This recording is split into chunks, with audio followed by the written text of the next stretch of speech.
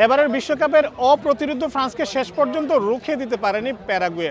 প্রথমার্ধে গোল শূন্যভাবে শেষ হলো, দ্বিতীয়ার্ধে 70 মিনিটে পেনাল্টি কিক থেকে গোল নেন কিলিয়ান এমবাপ্পে। তবে ম্যাচটা ফ্রান্সের জন্য খুব একটা সহজ ছিল না। জয় চিনে নিয়ে আনতে তাদেরও কম ঘাম জড়াতে হয়নি। বেশ কয়েকটি আক্রমণ করলেও খুব একটা কাজে লাগাতে পারেনি সেই আক্রমণগুলো ফ্রান্স। অপরদিকে প্যারাগুয়েও পাল্টা আক্রমণ করলেও শেষ পর্যন্ত তারা গোলের দেখা পায়নি। এদিকে এদিনও রাজধানী প্যারিসের বিভিন্ন বার, রেস্টুরেন্ট ও ফ্যান জোনগুলোতে ফরাসি সমর্থকরা একসাথে সমবেত হয়ে ফ্রান্স ও প্যারাগুয়ের ম্যাচ উপভোগ করেছেন। ম্যাচ শেষে তারা ফ্রান্সের জয় উল্লাস করেন নেচে এবং গেয়ে। তাদের প্রত্যাশা ফ্রান্স এবার বিশ্বকাপ নিয়ে আসবে। রাউন্ড অফ 16-তে প্যারাগুয়েকে পরাজিত করে কোয়ার্টার ফাইনালে চলে গেছে দুইবারের বিশ্বকাপ জয়ী ফ্রান্স। সামনে কোয়ার্টার ফাইনাল, সেমিফাইনাল এবং সবশেষে কাঙ্ক্ষিত ফাইনাল।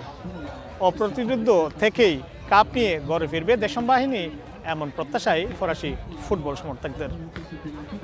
প্যারিস থেকে মোহাম্মদ লুৎফুর রহমান বাবু, সময় সংবাদ।